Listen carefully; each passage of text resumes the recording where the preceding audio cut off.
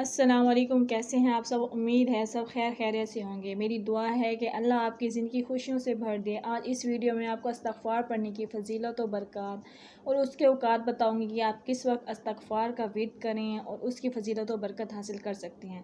اکثر لوگ پوچھتے ہیں کہ استغفار پڑھنے کا بہترین وقت کون سا ہے، کس وقت استغفار پڑھیں کہ اس کی تاثیر بہت زیادہ حاصل ہو۔ اور تو آج میں آپ کو ایسے بہترین اوقات بتانے والی ہوں جس میں اللہ تعالیٰ آپ کی توبہ قبول کرتا ہے۔ ویسے تو استغفار کرنے کا ہر وقت بہترین ہے، یعنی آپ کسی بھی وقت استغفار کا ورد کر سکتے ہیں، لیکن اللہ تعالیٰ نے دن اور رات میں کچھ ایسے اوقات مقرر کیے ہیں جب آپ ان اوقات میں اذکار کرتے ہیں تو آپ کو بہترین رزلٹ ملتا ہے،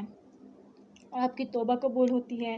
آپ کے حاجات پوری ہوتی ہیں، آپ کے تمام مسائل اللہ کی رحمت سے حل ہو جاتے ہیں۔ یہ وہ وقت ہے جس میں آپ استغفار کریں گے تو آپ کی نہ صرف توبہ قبول ہوگی بلکہ زندگی بدل جائے گی۔ استغفار کا ورد اس لیے نہیں کہ صرف آپ کی توبہ قبول ہوں یا آپ صرف اللہ تعالیٰ کے خوف سے اس کا ورد کرتے ہیں، بلکہ یہ اللہ کی محبت حاصل کرنے کا بہترین طریقہ ہے۔ اگر آپ اللہ کے پسندیدہ بندوں میں شامل ہونا چاہتے ہیں تو آپ استغفار کا کثرت سے ورد رکھا کریں۔ اگر آپ کی زندگی میں تلخیاں بڑھ گئی ہیں، آپ مایوسیوں کا شکار ہو چکے ہیں، آپ کو کوئی راستہ نظر نہیں آ رہا، اگر آپ اپنی زندگی خوشگوار انداز سے دوبارہ شروع کرنا چاہتے ہیں تو اس کا آغاز آپ استغفار سے کریں۔ اور ہم سب یہ جانتے ہیں کہ اللہ تعالیٰ انسان کے حالات اس وقت تک نہیں بدلتا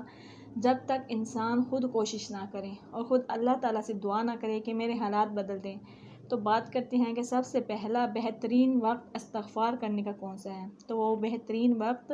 نماز کے بعد کا ہے۔ جب آپ فرض نماز پڑھتے ہیں تو نماز پڑھنے کے بعد آپ ایک تسبیح لازمی استغفار کی پڑھ لیا کریں۔ اس کو پڑھنے میں بہت ہی کم وقت لگتا ہے اور اس میں آپ کو بہت زیادہ کوشش بھی نہیں کرنی پڑے گی، صرف ایک تسبیح یعنی کہ 100 ٹائمز 100 مرتبہ آپ ہر نماز کے بعد استغفار لازمی پڑھ لیا کریں۔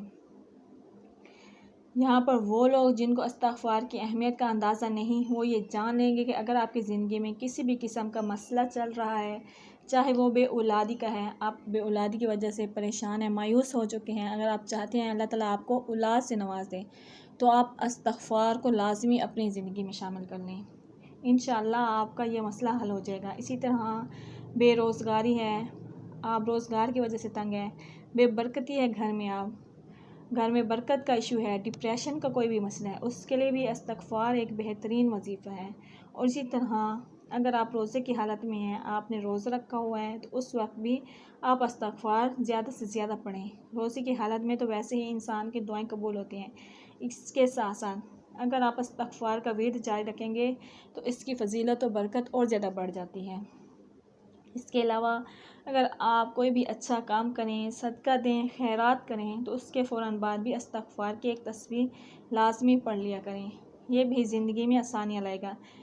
یہ آپ کی زندگی آسانی لانے کا بہترین ذریعہ ہے۔ اور استغفار کرنے کے بارے میں تو آتا ہے کہ اللہ تعالیٰ ایسے انسان کو جو شخص استغفار کثرت سے کرتے ہیں، چلتے پھرتے اٹھتے بیٹھتے اس کی زبان استغفار سے تر رہتی ہے، تو اللہ تعالیٰ ایسے انسان کو وہاں سے رزق عطا کرتا ہے جہاں سے اس انسان کو گمان بھی نہیں ہوتا، اور اس کی مشکلات و پریشانیوں کو ختم کر دیتا ہے کہ جیسی لائف میں تھی ہی نہیں۔ تو آپ کامل یقین کے ساتھ استغفار کو چلتے پھرتے ہر وقت پڑھتے رہا کریں اور اپنی زبان کو اس ذکر سے، اللہ تعالیٰ کے اس ذکر سے ہمیشہ عطا رکھا کریں۔ آپ کی زندگی میں بہت زیادہ آسانیاں آئیں گی، مشکلات ختم ہو جائیں گی، آپ کے تمام مسائل حل ہونا شروع ہو جائیں گے۔